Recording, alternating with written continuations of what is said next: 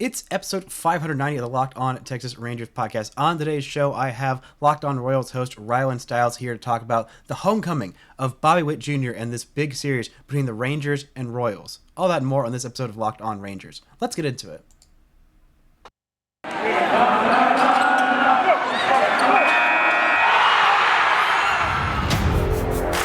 You are Locked On Rangers, your daily Texas Rangers podcast.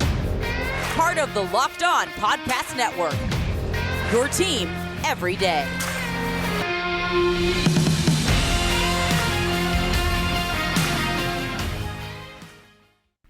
You are locked on to the Rangers and Royals. This is a special crossover edition to preview this big but not big, but still feels pretty big series between the Rangers and Royals. I'm your host of Locked On Rangers, Bryce Patrick, a 12-year chronically addicted, cripplingly addicted Texas Rangers fan. Joining me today is Rylan Stiles, host of the Locked On Royals podcast.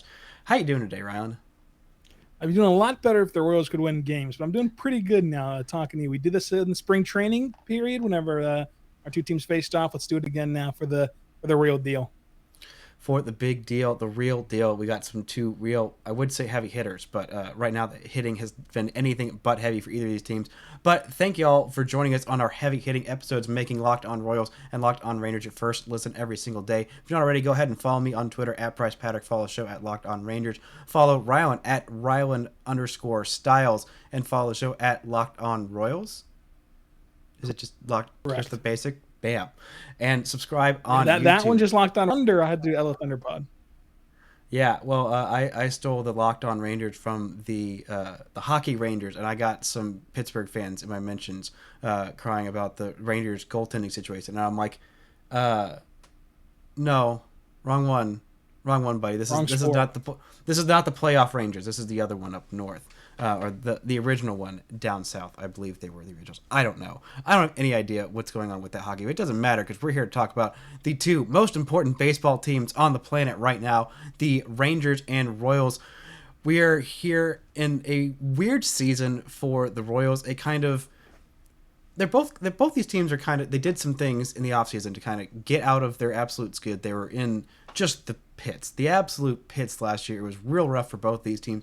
They did have some fun offseason moves. One team spent a little bit more than the other. I don't want to compare and contrast. One team brought in this other great former player from the Royals. Actually, both of them brought in former great Royals. One of them turned out to be, and one of them turned out to be Zach Greinke.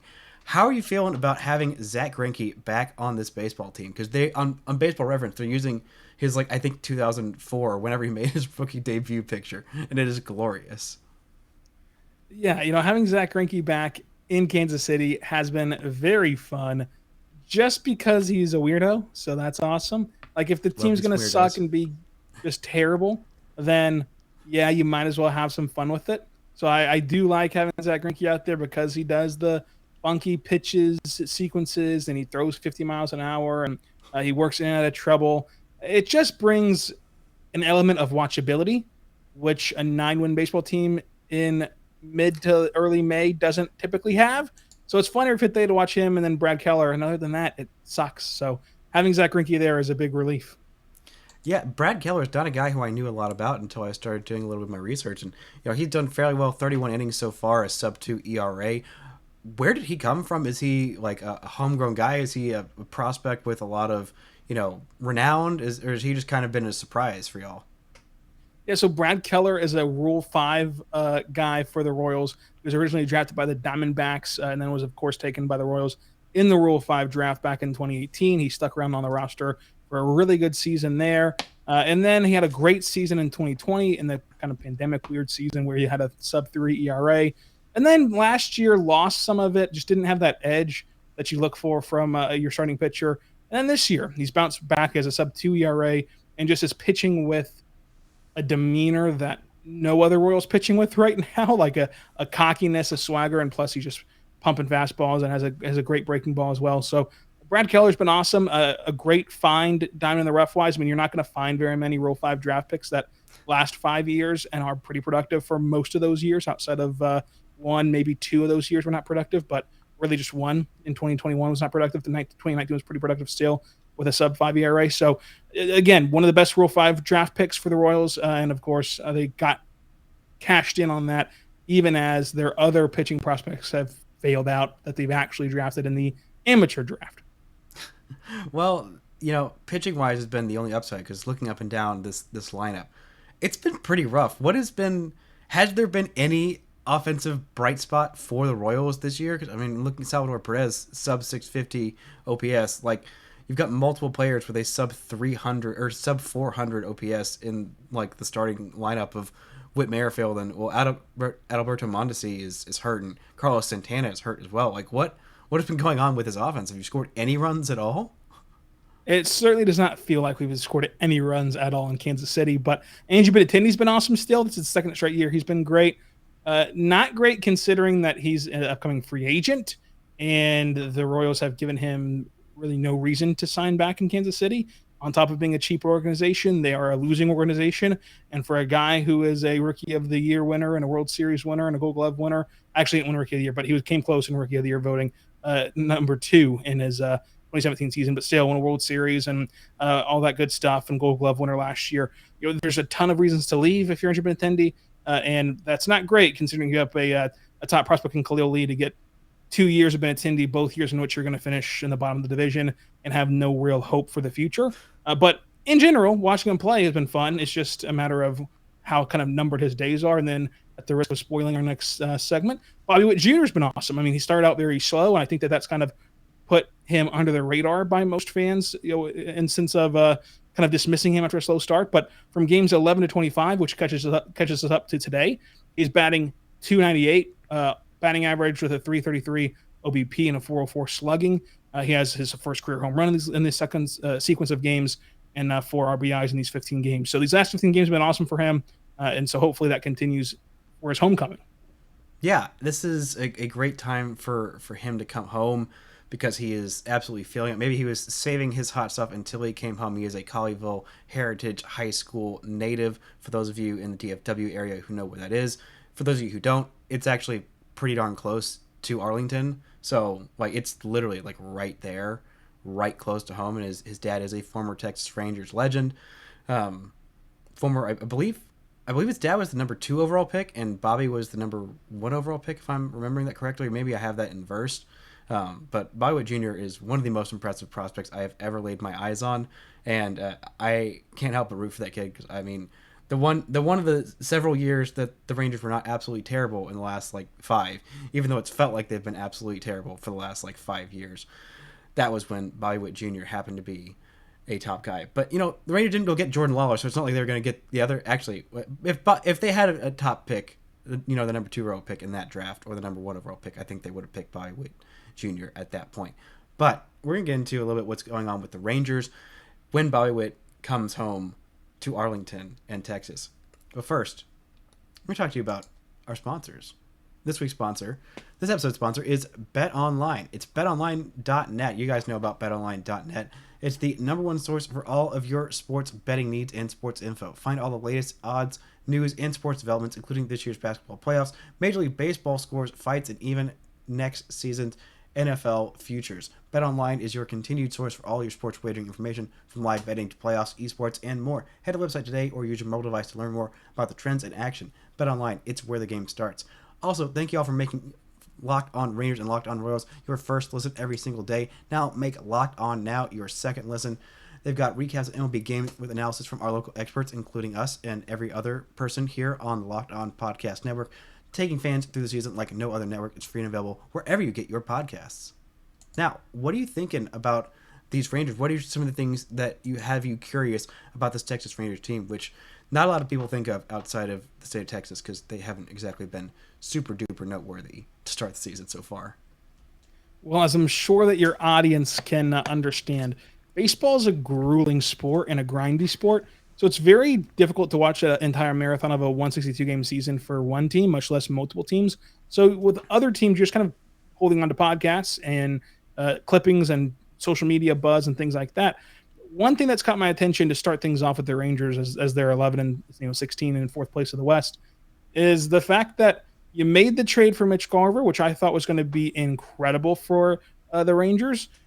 But I'm hearing more about a backup catcher that fans are really liking as off to a hot start. So what's the situation with the catching position in Texas? Well, I need to actually look something up real quick because we just got some news about that. Jonah Heim has been the backup catcher. There was like a real question about who was going to be the backup catcher. But Mitch Garver is only caught the first game of the Sunday doubleheader, and turns out he had a flexor strain. Sam Huff, one of the Rangers' top catching prospects, I guess their only top catching prospect really, is being called up from AAA, is a flexor in his right forearm, not a UCL. So, a little less concern there. But yeah, according to Baseball Reference 4, Jonah Heim has been the best player on the Texas Rangers this season. There was a question of whether it was going to be him or Jose Trevino. Heim had some power.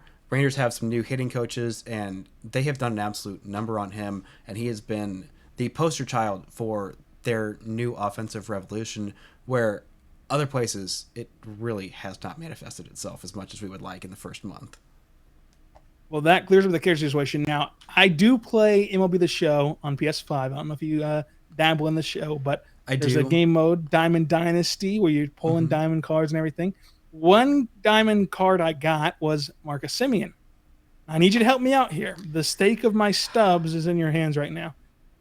Well, Marcus Semien off to a slow start a bit. Is he worth keeping, or do you think his overall is going to go down based on poor play and needs to be sold off? So what's your vibe right now on Marcus Semien? Are these numbers just a result of bad luck, or is it a little worrisome right now after shelling out that big contract? It's a little worrisome. I mean, his advanced numbers, you look into it, he's not getting particularly unlucky. He's not been a particularly fast starter in his career overall for the month of April and May. Usually he's been a little bit of a slow starter. Last year was the outlier when he had his best career season. But this has been a guy who is like, the picture of like bet on yourself in every situation. He played for, Chicago, and then he got traded to Oakland, where he played for a long time, and he loved Oakland. He grew up in Oakland. He went to Cal. Like, he freaking loved it there, and they gave him an absolute, donkey of a contract offer after one bad year after finishing top 3 in MVP voting in 2020, which, like, again, who the heck didn't have an off year in 2020? Then he goes and takes a huge bet on himself deal with Toronto, has the best season any second baseman's pretty much ever had in baseball. Sets record for most home runs. The primary second baseman wins a Gold Glove, Silver Slugger, like, incredible season. And then finally gets the you proved it deal and gets to go to somewhere nice where he gets to play in like one ballpark in one country for one team for a whole season that doesn't have, so far as I know, sewage leaking out of the ground like Oakland did. But like it's been a weird place because he's never really been the guy on any team that he's been on. But this is pretty much his team. He's supposed to be the vocal leader. I mean, Corey Seager is the highest paid player, but like, I don't know. I'm confident that he'll turn around. He's had a couple of multi-hit games. He's not looking completely out of sorts.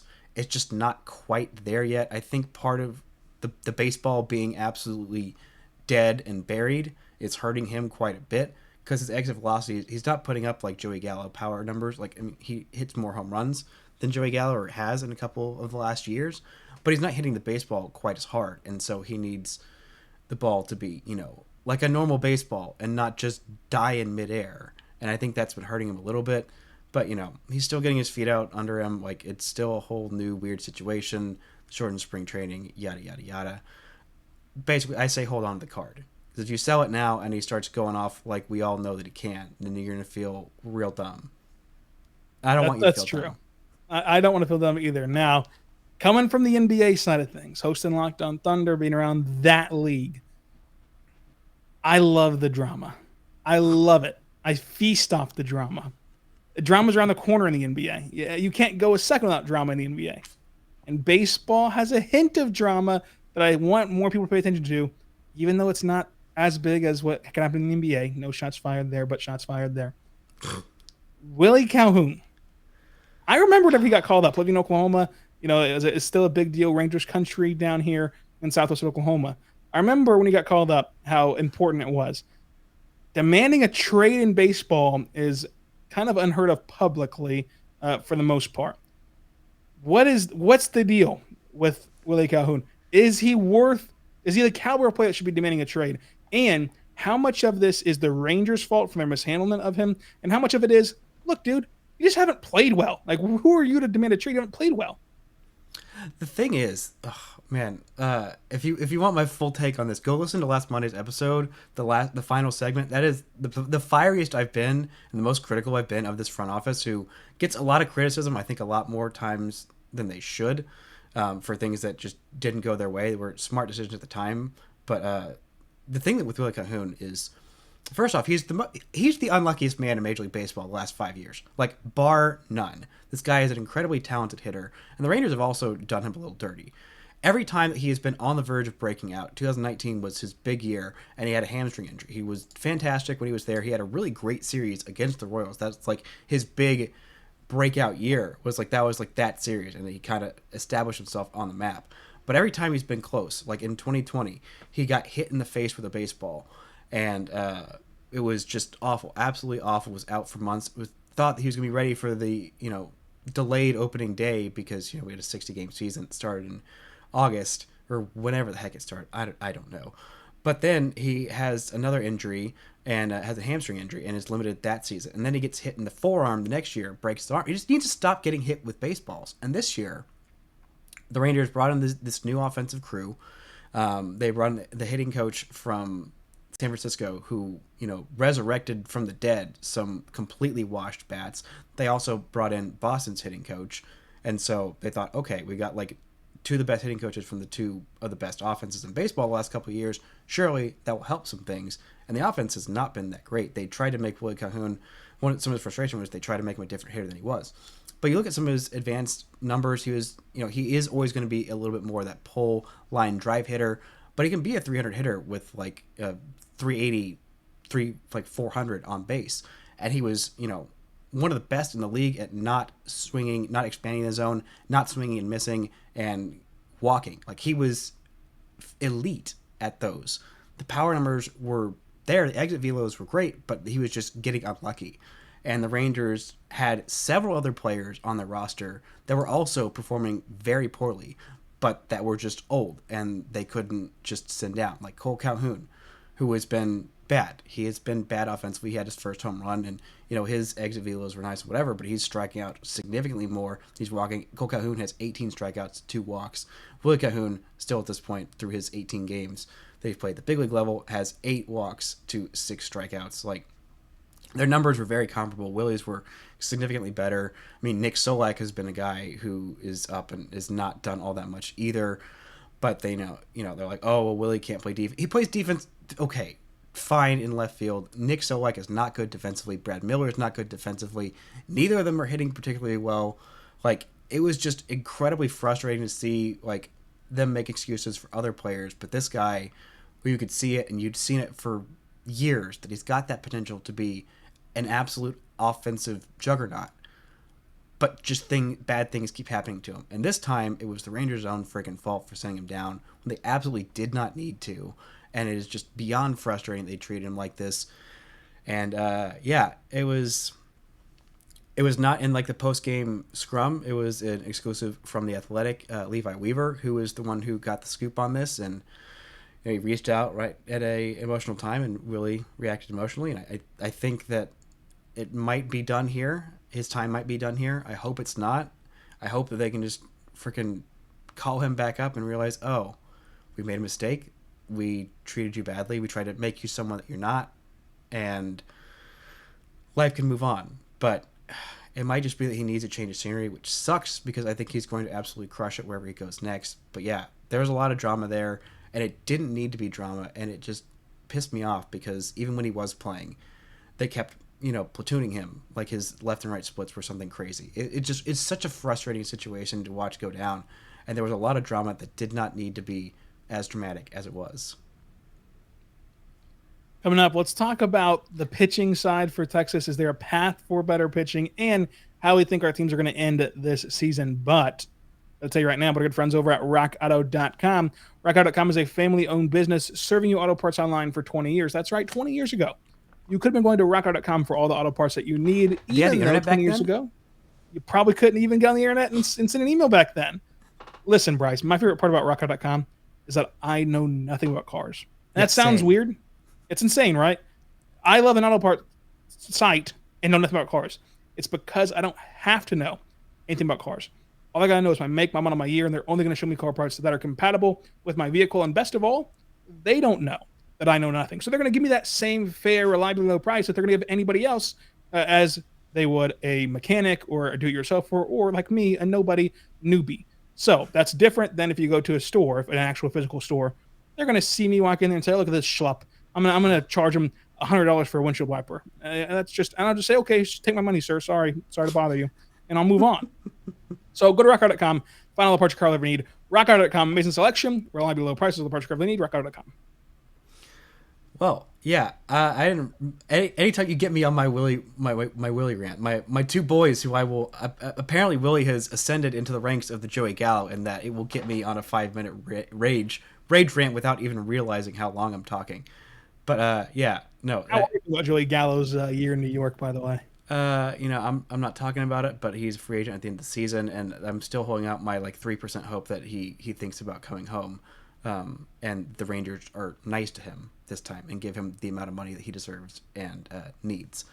But well, if he continues to play this bad, he might consider going home to whoever owns the Las Vegas AAA team.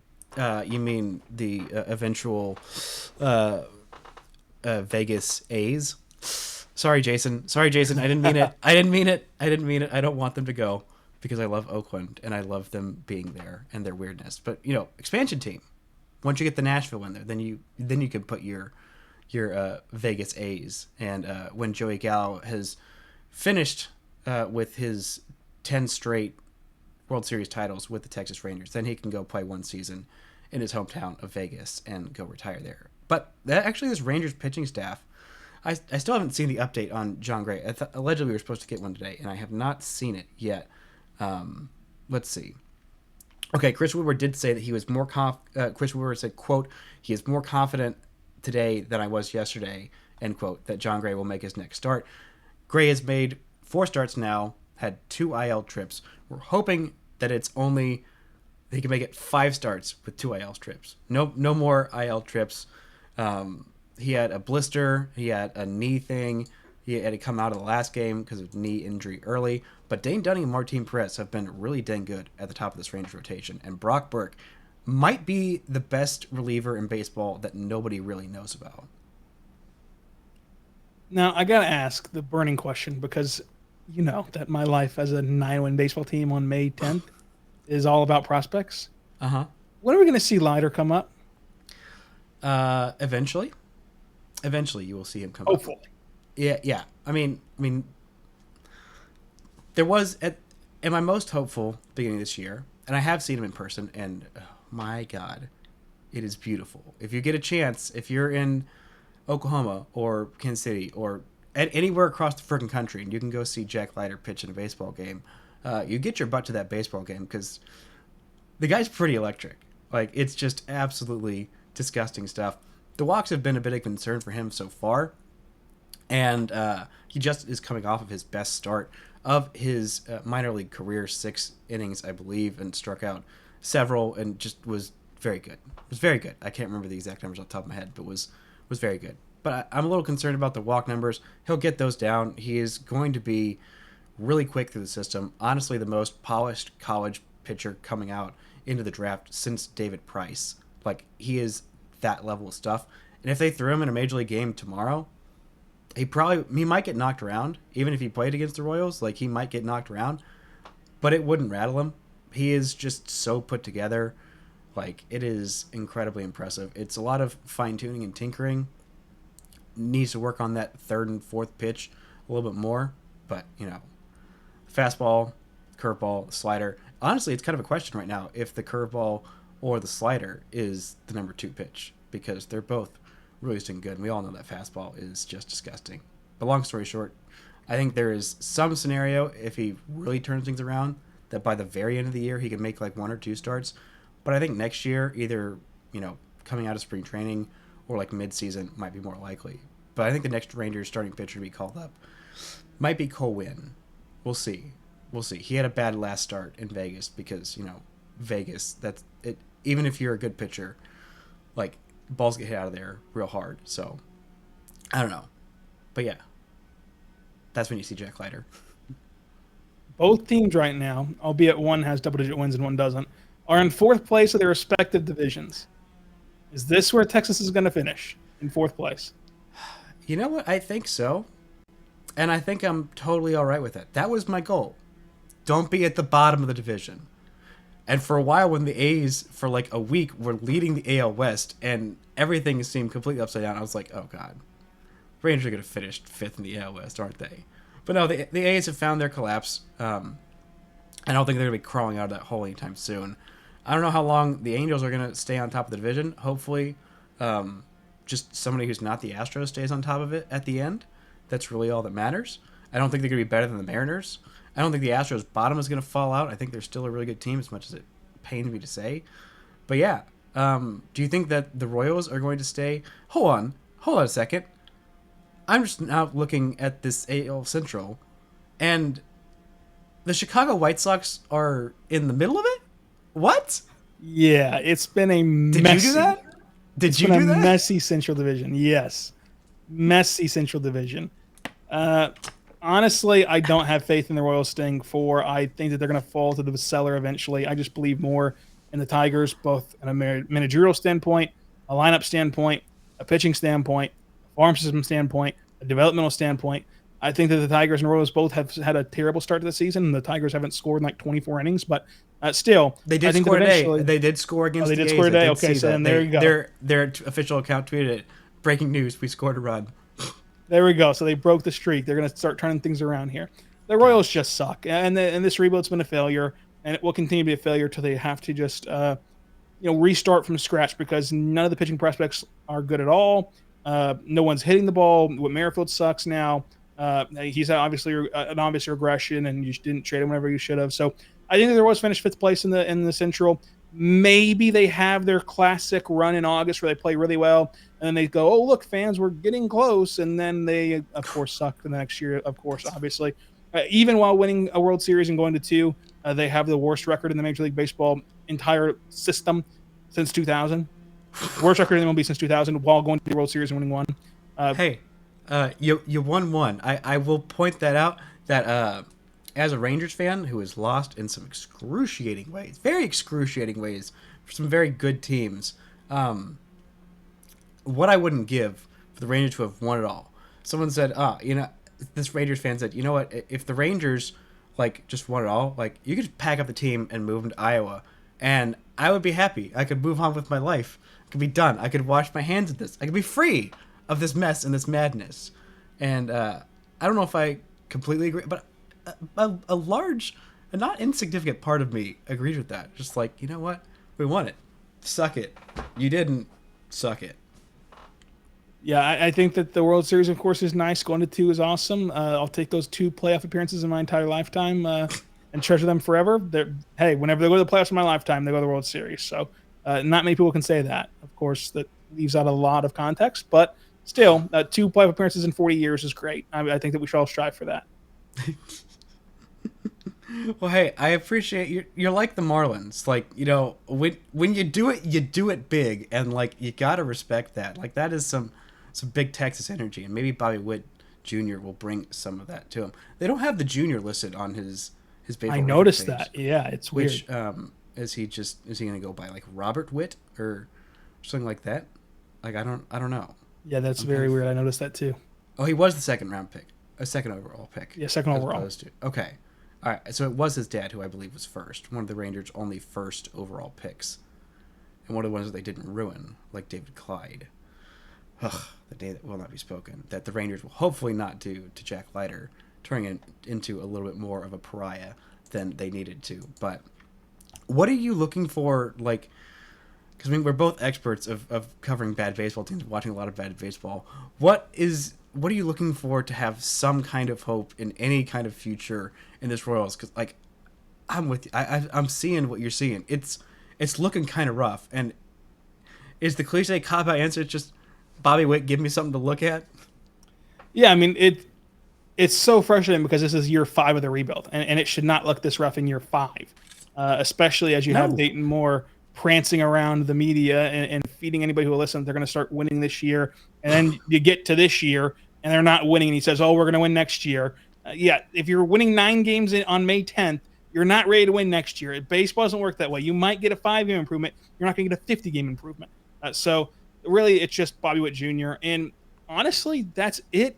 Not to even have the cop-out answer, but because you've already seen all these young pitchers that they drafted. We've seen Brady Singer. Sucks. We've seen Chris Bubich. Sucks. We've seen Jackson Kowar. Sucks. We haven't seen Asa Lacy because he sucks so bad nobody's even heard of him since he's been drafted. Everybody sucks. I mean, what are you going to do? With Merrifield, regression. Sucks. Mondesi can't stay out of the tub, and when he is on the field, he sucks. What is there to look at? Carlos Santana's 50 years old. Man, this is rough. Like, you have Michael A. Taylor. Like, I think of like some of these young guys, and none of them are young. But Merrifield, 33 years old. Hunter Dozier, 30.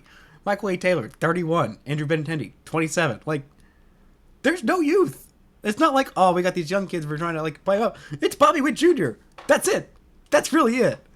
Man, that's a rough place to be. MJ Melendez, that'll be fun. They're going to eventually have to call up Nick Prada, you'd imagine. Although they're in love with playing this 50-year-old Carlos Santana at first whenever he's healthy. But those are 3 guys. You've spent 5 years rebuilding. You've got 3 guys. This is an unmitigated failure by Dayton Moore, who gets these extreme passes for being a nice guy and paying the minor leaguers and doing the bare minimum of humanity. He gets a huge pass. And yes, he won a World Series, but that's oftentimes luck. Let's look at those playoff runs, folks. Neither one of those should have happened. You should have lost the wild card game in 2014. You did lose the World Series in 2015. You should have lost the divisional round. You should have lost the ALCS. You should have lost the World Series if Lucas Duda can make a throw from first base to home as a major leaguer. He won a World Series. That's all fine and dandy. Neither one of those should have happened. So let's continue to give him a pass for that because he banned porn from the clubhouse and he pays the minor leaguers a living wage. Congratulations. Oh my gosh, man! It's looking like even if my Rangers did win a World Series and things went in the tank, maybe I wouldn't be as happy as I would if they just moved the team to Iowa. But we've got some baseball here. We've got an actual baseball season, which I'm grateful for. Even if my team, like your team, ends up sucking really badly this year and has a failure of a rebuild, at least we still have some baseball to look on during this very, very it's very fun watching the other teams, I'll have to admit. I do like baseball, but... Yeah, it is fun to turn on the other team, turn on another team, like, oh, well, that's what a good baseball player looks like. Okay. And Corey Seager has provided me some glimpses of that. Like, oh yeah, that's what it's supposed to look like. That's pretty neat. And Martin Perez coming back and being much better. Also, I don't know if you know this, but it's Martin Perez. Because us Rangers fans, for the first 6 years of his career, pronounced his frickin' name wrong. And he comes back, he's like, hey guys, it's pretty embarrassing. And I have probably messed it up several times on my podcast, even while mentioning that. So, preemptive, I guess, post-emptive, whatever, apologies to Martin Perez and preemptive for the ones that I will screw up in the future. But Rylan, I am very much looking forward to this series. I'm very much hoping that Bobby Witt Jr. turns out to be as amazing as we all thought he would be and gives you some kind of baseballing joy because you very, very much deserve it. Thank you so much for joining me on this podcast. That's going to do it for this edition of Locked On Rangers and Locked On Royals. Thank you all for making it your first listen every single day. Now make your second listen Locked On MLB. Paul Francis Sullivan, please just call him Sully. He gives us his unique perspective on the major leagues past and present. It's free and available wherever you get your podcast. Thanks y'all so much for listening, and until next time, don't forget to enjoy baseball.